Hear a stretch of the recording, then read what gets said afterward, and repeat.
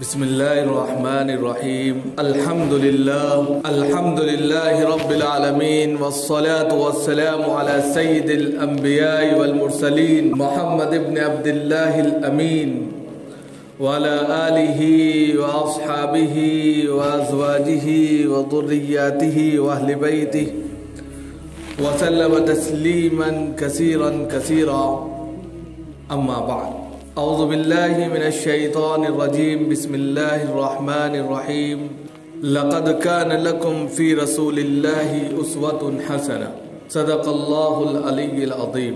मोहतरम बुजुर्गों और दोस्तों, दीनी और ईमानी भाइयों, अल्लाह रब्बुल इज़्ज़त का करम है, उसकी नवाजिश है कि उसने अपनी बारगाह में आने की तौफ़ीक़ दी और नमाज जुमा से पहले जो एक बयान होता है उसमें भी हमें तशरीफ़ रखने की तौफ़ीक़ अता फरमाई। हज़रात, आज के दो अहम मसले हैं, उनको समझना बहुत ज़रूरी है और हर एतबार से इसका वजूद मिलता है। पहले मसले में हम आपको इस तरफ तवज्जो दिलाएंगे कि आज से तकरीबन 5 दिन बाद 23 फरवरी है और उस दिन मतदान का दिन है, वोटिंग का दिन है, अपने हक का इस्तेमाल का दिन है। उसके ताल्लुक से आपको जानना चाहिए कि वो कितना ज़रूरी होता है। 23 फरवरी 2022 को लखनऊ में मतदान है। हर शख्स, हर पार्टी चाहती है कि उसको मतदान दिया जाए, वोट दी जाए, लेकिन आपका क्या नुक्ते नज़र है इसको भी पहचानना चाहिए, ये भी जानना चाहिए और इस्लाम क्या कहता है और पहले किस तरीके से क्या होता था, ये सारी चीज़ें। दूसरी चीज़ जो सबसे अहम मानी जाती है, जो आज के मसाइल में रखेंगे इंशाल्लाह, वो कई हफ्तों से इस बात को लेकर बात करने का मन था, लेकिन कुछ ना कुछ बातें दूसरी आ जाती थी कि मस्जिदों में आकर सब बंदी कैसे की जाए। ये ऐसा मौजू था कि छूट जाता था, क्योंकि लास्ट में ये मौजू लाना चाहते थे, लेकिन पहले ये दो मसलों को सामने रखकर बात करने से ये होगा कि मसला अपनी जगह पर आ जाएगा और बात भी अपनी तौर पर हो जाएगी। तो सबसे पहले तरीक़े रसूल जानिए। इसीलिए मैंने आपके सामने लक़द कान लकुम फ़ी रसूलिल्लाहि उस्वतुन हसना ये आयत तिलावत की कि हमारे जनाब मुहम्मदुर रसूलुल्लाह सल्लल्लाहु अलैहि वसल्लम की ज़ात गिरामी में, आपकी ज़ात में, आपकी ज़ात गिरामी में हम सब के लिए नमूना है, आइडियल है। हम जिस कंडीशन में हैं, जिस पोजीशन पर है, जहाँ हैं, जिस हालत में हैं, हम जनाब मुहम्मद रसूलुल्लाह सल्लल्लाहु अलैहि वसल्लम के तरीक़े को इख्तियार कर लें, उनको अपना आइडियल मानकर उस पर ज़िंदगी गुजारें, उस तरीक़े पर काम करें, तो वो तरीक़ा नबियों वाला तरीक़ा होता है और कामयाब तरीक़ा होता है और उससे बरकतें भी हासिल होती हैं और इंसान की ज़िंदगी में चैन और सुकून आता है। एक तो ये, तो लिहाजा उसी तरीक़े को इख्तियार करते हुए आप सल्लल्लाहु अलैहि वसल्लम ने ऐसे मौके पर क्या कहा है, किस तरह की बातें की हैं, इसको जानना भी बहुत ज़रूरी हो जाता है। पहले इलेक्शन तो होता नहीं था, अरबों के नज़दीक इलेक्शन का कोई वजूद नहीं था। ये तो बाद में जैसे जैसे प्रजा बढ़ती चली गई, जनता बढ़ती चली गई, उस एतबार से फिर जो है इलेक्शन का वजूद आया। फिर पहले खलीफा होते थे, उससे पहले चौधरी होते थे, उससे पहले कह सकते हैं कि सरदार होते थे, सरदारान कुरैश, उससे पहले सरबर आउर्दा लोग होते थे। क़ालल मलाउल्लज़ीना इस्तकबरू मिन क़ौमी, मला का लफ्ज़ ही सरबर आउर्दा लोगों का इस्तेमाल किया है कुरान में। तो ये जो कंडीशनें थी, ये थी कि जो अपने इलाके में, अपने ख़ानदान में, अपनी सोसाइटी में जो मुअज़्ज़ज़ होता था, जो मोहतरम होता था, जो थोड़ा सा अपना वजूद रखता था तालीमी एतबार से, और अल्लाह ने उसको नवाजा था रुपए पैसे के एतबार से, और वो दूसरों की मदद भी कर सकता था, दूसरों को सही रास्ता दिखा सकता था। उसके पास आकर लोग उसको अपना अमीर मान लिया करते थे, बड़ा मान लिया करते थे। तो पहले अमीर बना दिया जाता था, गांव-गांव घर-घर का एक अमीर होता था, उसी के नहज पर जिंदगी चलती थी, बसती थी। इसीलिए अरबों के नज़दीक आपने देखा होगा हर कबीले का एक अलग ग्रुप था, हर कबीले का एक अलग सरदार था, और वो सरदार आपस में मिलकर जो फैसला लेते थे उसी पर काम होता था। जैसे जनाब मोहम्मद रसूलुल्लाह सल्लल्लाहु अलैहि वसल्लम को जब नाउज़ बिल्लाह उन लोगों ने मारने का इरादा किया, तो सबसे पहले तमाम के तमाम कबीलों को लोगों ने कहा कि सबके कबीले के जो सरदार हैं वो आ जाएं। आने के बाद में खून में, प्याले में खून रखकर उसमें कसम खाएं कि हम मोहम्मद सल्लल्लाहु अलैहि वसल्लम को जीने नहीं देंगे। देखिए, जनाब मोहम्मद रसूलुल्लाह सल्लल्लाहु अलैहि वसल्लम इस दीन के खातिर आए, लोगों ने उनको ख़त्म करने के लिए, उनका वजूद मिटाने के लिए, उनकी तालीमात को वहीं के वहीं भस्म करने के लिए, उनको इख्तियारात से ख़त्म करने के लिए हर काम किए, खून में हाथ डालकर कस्में तक खाई। और ये कस्में क्यों खा रहे थे? ये इसलिए खा रहे थे ताकि कल को अगर जुर्म साबित हो जाए तो किसी एक कबीले के ऊपर जुर्म साबित ना हो, बल्कि सब कबीले पर जब जुर्म साबित होगा तो वो मामला खुद ब खुद डिसमिस हो जाएगा, मामूली बन जाएगा। इसलिए सबने जत्था होकर कस्में खाई, वादे लिए। और इसी तरह जब आप सल्लल्लाहु अलैहि वसल्लम का शिब अबी तालिब में बाइकाट किया गया, 3 साल तक आपसे कोई रिश्ता नहीं रखा गया, खान पान नहीं रखा गया, लेन देन नहीं रखा गया, ब्याह शादी नहीं की गई, आपको उठाकर एक तरफ फेंक दिया गया पूरे खानदान को। तो उस वक्त भी सब के सब लोग इकट्ठा हो गए थे। तो ये जो अलग अलग कबीले थे, इनका एक सरदार होता था, वो सरदार आपस में मिलकर जो फैसला लेते थे, यही वहां की चौधराहट थी। इसी को प्रधानी कह सकते थे, इसी को जो है सीएम और पीएम कह सकते थे। ये सिस्टम होता था, लेकिन वो बनता कैसे था?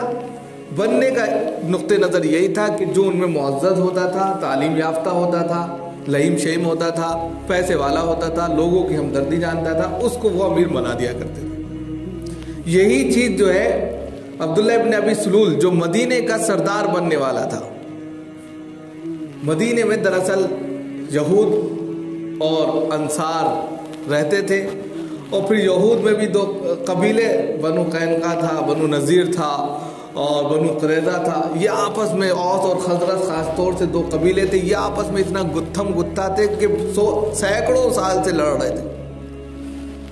इतना लड़ रहे थे कि अपना वजूद खो दिए थे, लड़ के मर गए, मर मिटे थे। बस उनकी लड़ाइयाँ ही नहीं खत्म हो रही थी औस और खज़रज की। अब उन्होंने फिर ये मुतय्यन किया था कि भाई इतना लड़ चुके हैं हम लोग, अब अपना एक सरदार मुतय्यन कर लें, वो जो कहेगा उसकी बात मानेंगे। बस आपस में लड़ते रहते हैं, दिमाग खराब हो गया। वो भी थक हार गए थे 100 साल से ज़्यादा की जंगें कर के। कितने माली नुकसान था, जानों का नुकसान था, हर एतबार से नुकसान ही नुकसान वो पिछले 100 सालों से झेल रहे थे औस और खज़रज मदीना में। तो फैसला हुआ कि अब्दुल्लाह इब्न अबी सलूल को जो है अपना सरदार बना लेंगे, ये मुनाफिकों का सरदार है। इधर से जनाब मोहम्मद रसूलुल्लाह सल्लल्लाहु अलैहि वसल्लम को मारने की प्लानिंग थी कि मार देंगे रात में। सब लोगों ने बिल्कुल तय कर लिया कि एक साथ मिलकर मारेंगे। आप सल्लल्लाहु अलैहि वसल्लम को यह खबर 7 आसमान से दे दी गई, तो आप निकल लिए हज़रत अबू बकर के साथ, और अपने बिस्तर पर हज़रत अली को लिटा दिया। तो लोग घर का पहरा भी दे रहे थे कि निकल के तो नहीं गए। हज़रत अली आपके बिस्तर पर लेटे हुए थे, तो ऐसा महसूस हो हाँ अंदर ही मौजूद है। वो रात के अंधेरे का, गुप्त अंधेरे का इंतजार कर रहे थे कि जब रात बिल्कुल काली हो जाएगी, अंधेरा हो जाएगा, तब मारेंगे, पता भी नहीं चलेगा। और आप सल्लल्लाहु अलैहि वसल्लम पहले ही निकल गए थे, और आप सल्लल्लाहु अलैहि वसल्लम इस तरह उनके सामने से निकले थे कि खाक उन्होंने उठाए थे और उनके ऊपर फेंक कर गए थे, और उनकी आंखों पर अल्लाह रब्बुल इज़्ज़त ने पर्दा डाल दिया था, वो देख नहीं पाए, और आप सल्लल्लाहु अलैहि वसल्लम निकल गए। हज़रत अली वहाँ पर लेटे हुए थे, और उन्होंने सोचा कि लेटे हुए हैं, जब आहट होगी तो इधर आप सल्लल्लाहु अलैहि वसल्लम निकल कर मदीने से, गोया कि ये आपकी हिजरत है, मदीने की तरफ आपकी हिजरत है। मक्का से आप छोड़ रहे हैं। मक्का को उस वक्त देखा तो बहुत रोए और रोते हुए फिर चल दिए और कहा कि सरजमीन मक्का, रोए ज़मीन पर सबसे ज़्यादा तू ही मुझे महबूब है, लेकिन मेरी कौम मुझे रहने नहीं देती। मेरे साथ में क्या क्या नहीं किया उन्होंने, रोए गिड़गिड़ाए। अब बताइए, दीन के रास्ते में अल्लाह के रसूल सल्लल्लाहु अलैहि वसल्लम ने इतनी कुर्बानियाँ दी। अगर हमारे साथ भी ये कुर्बानियाँ लगी हुई हैं तो ये जनाब मोहम्मद रसूलुल्लाह सल्लल्लाहु अलैहि वसल्लम की कल को सिफारिश होगी कि दीन के ताल्लुक से जिस तरह हमको सताया गया, इस मिंबर महराब पर अगर किसी को सताया जाएगा वो भी उसी पल्ले में जाएगा। लिहाजा बहुत सोच समझ के ये कदम उठाना चाहिए। तो जनाब मोहम्मद रसूलुल्लाह सल्लल्लाहु अलैहि वसल्लम वहाँ से निकल गए, गारे सोर में 3 दिन रहे, फिर कुबा पहुँचे। कुबा में जुमे का दिन था, वहाँ मस्जिद की तामीर की, पहला जुमा वहीं पढ़ाया, पहला जुमा वहीं पढ़ाया। 100 लोगों पर मुश्तमिल वो जमात थी। उसके बाद वहाँ से एंट्री करके मदीना पहुँचे। जब मदीना पहुँचे, तलाअल बद्र अलैना मिन सनियातिल विदाई वजब शुक्र अलैना मा दालिल्लाहि दाई, ये कलिमात छोटी छोटी बच्चियाँ गा रही थी और सुबह निकल आती थी घर से आप सल्लल्लाहु अलैहि वसल्लम की आमद में, उसके इस्तकबाल में, आप सल्लल्लाहु अलैहि वसल्लम के इस्तकबाल में, उनके खैर मकदम में, वेलकम में, और फिर वो 11 बजे घर चले जाते। आप सल्लल्लाहु अलैहि वसल्लम के आने ही की आमद थी, क्योंकि 3 दिन वहाँ लग गए थे। कुफ़ार मक्का ने आपके पीछे घोड़े दौड़ाए थे। हज़रत अबू बकर कहते हैं कि हम गारे सोर में थे और दुश्मन हमारे सर पर थे, हम नीचे थे, वो ऊपर थे। अगर वो अपने पैरों को देख लेते तो हमें देख लेते, खुदा की कसम। लेकिन अल्लाह रब्बुल इज्जत, आप सल्लल्लाहु अलैहि वसल्लम क्या कह रहे थे कि उन दोनों में से तीसरा जिनके साथ अल्लाह हो, उनका कोई क्या बिगाड़ सकता है। अल्लाह रब्बुल इज्जत ने उनकी आंखों पर ऐसे पर्दे डाले कि वो अपने पैरों तक नहीं देख पाए। अब बताइए, जिसके साथ अल्लाह होता है उसका कोई बांका बेगा नहीं कर सकता।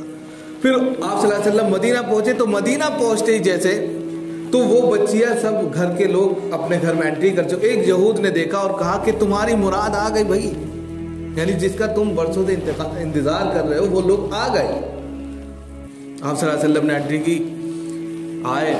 आने के बाद में हज़रत अबू बकर और आप सल्लल्लाहु अलैहि वसल्लम की उम्र बराबर थी, कोई फर्क नहीं कर पा रहा था कि आप सल्लल्लाहु अलैहि वसल्लम कौन है, हज़रत अबू बकर कौन है।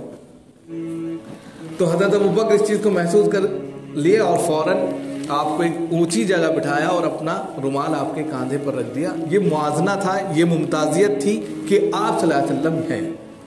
उसके बाद में लोगों ने आकर आपका इस्तकबाल किया और कहा कि हमारे घर चलिए, वो पूरा वाक़या है। अब जैसे ही आप सल्लल्लाहु अलैहि वसल्लम मदीने में पहुंचे, मदीने वाले पहले किसके लिए तैयार थे? अब्दुल्लाह इब्न अबी सुलूल के लिए तैयार थे कि उनके हाथ पर बैत करके हम इनको अपना सरदार बना लेंगे। जैसे ही आप सल्लल्लाहु अलैहि वसल्लम आए तो तमाम के तमाम लोग आप सल्लल्लाहु अलैहि वसल्लम के पास आए, आपके अखलाक को देखा, आपके किरदार को देखा, आपकी तालीमात को देखा, आपकी शराफत को देखा, हर चीज़ को देखा, तो आपको अपना सरदार मुतय्यन कर दिया। बस ये दुश्मन होगी। अब्दुल्ला इब्न अबी सुलूल क्या हो गया? आपका सबसे खतरनाक दुश्मन हो गया। अरे मेरी सरदारी छीन ली इन्होंने। अरे अल्लाह देता है भाई, अल्लाह नवाजता है। वो तो इज़्ज़ु मन तशा व तुज़िल्लु मन तशा, अल्लाह जिसको चाहता है नवाजता। हम लोग जो इंसान हैं, ये देखो उस वक्त का मसला है। आज भी हमारे दिलों में, हमारी फितरत में ये चीज़ दाखिल है। हमसे अगर किसी से कोई गलती हो जाती है, बस उसके लिए दिल में रख लेते हैं।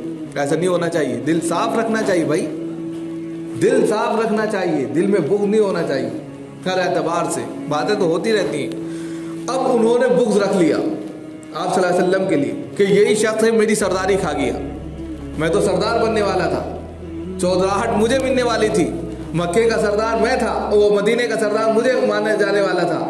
जनाब मोहम्मद रसूलुल्लाह सल्लल्लाहु अलैहि वसल्लम आए तो तमाम के तमाम लोग आप सल्लल्लाहु अलैहि वसल्लम की तरफ मुड़ गए और उनको अपना सरदार बना लिया। अब यहाँ पर ये मैं आपको इसलिए कह रहा हूँ कि 23 फरवरी आ रही है, इसको समझिए कि हम किस तरीके से इंतखाब करें। एक झोंका चला रहता है, भाई इसको देना, उसको देना, उसको देना। ऐसा नहीं होना चाहिए।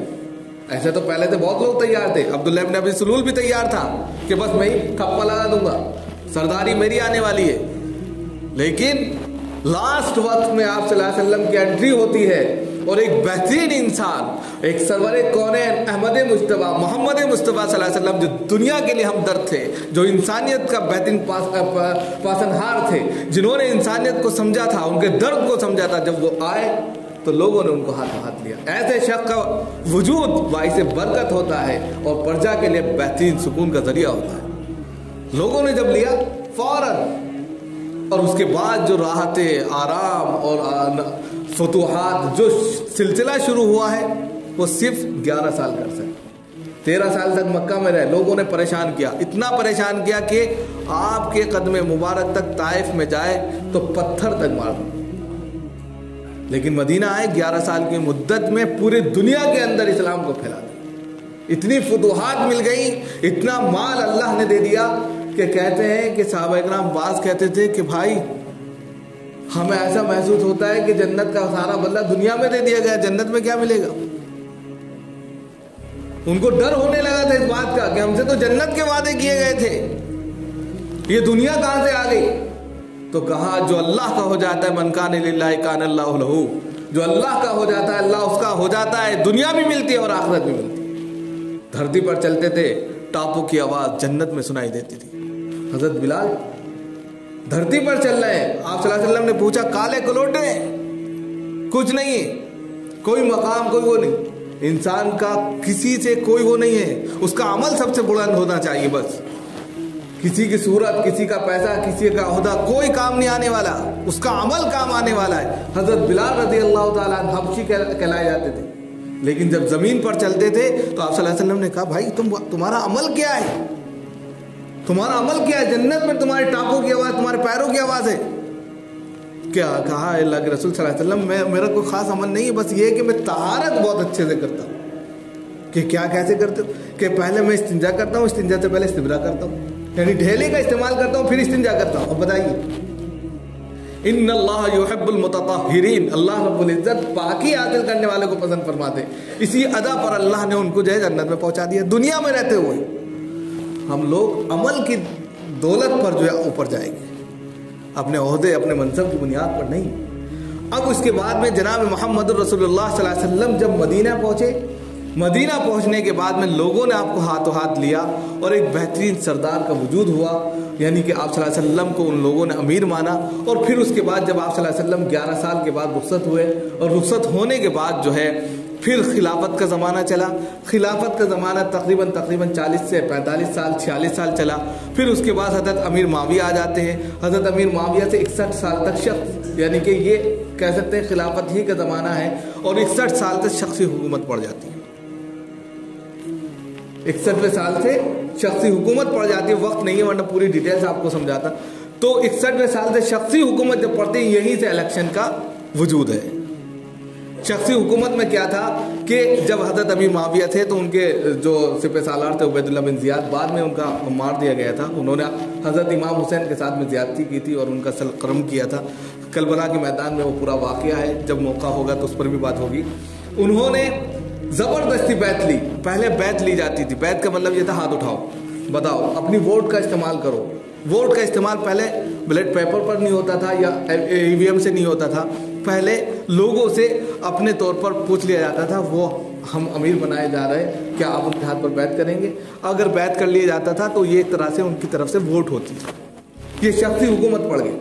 फिर जैसे जैसे इंसान ने तरक्की की वैसे वैसे जो है डेवलप होते हुए ब्लड पेपर आया और उसके बाद में ईवीएम आ गई, और फिर से अब आप देखते हैं। अब हमें यहाँ पर यह सोचना है कि सबसे पहले हर शख्स को अपने हक दही का इस्तेमाल करना है, जो वोट का इस्तेमाल करना है। अपने घर में जो भी सदस्य हैं, वोट डालना आपका अधिकार है, आपका हक है, वो डालना चाहिए।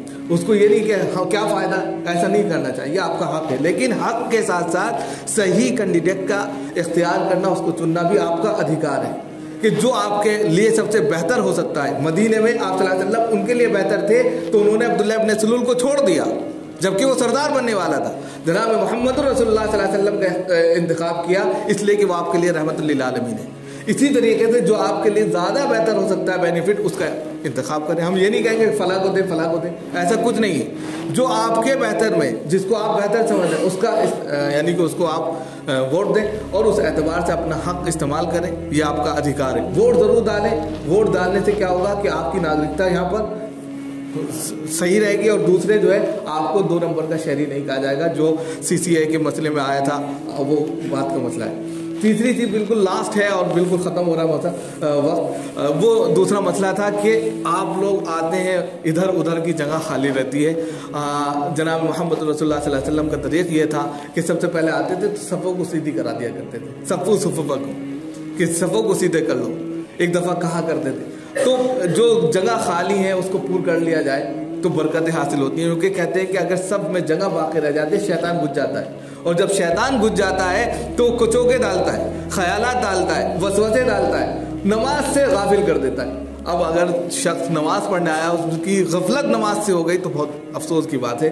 इसलिए जो जगह खाली रहती हैं सबसे पहले उसको पुर कर लिया जाए, पुर करने के बाद में फिर पीछे की तरफ जाया जाए तो ये ज़्यादा बेहतर अमल है। इससे अल्लाह के रसूल सल्लल्लाहु अलैहि वसल्लम की सुन्नत भी जिंदा होगी और हर एतबार से बरकत का नुज़ूल होगा। अल्लाह ताला हम सबको अमल की तौफीक दे।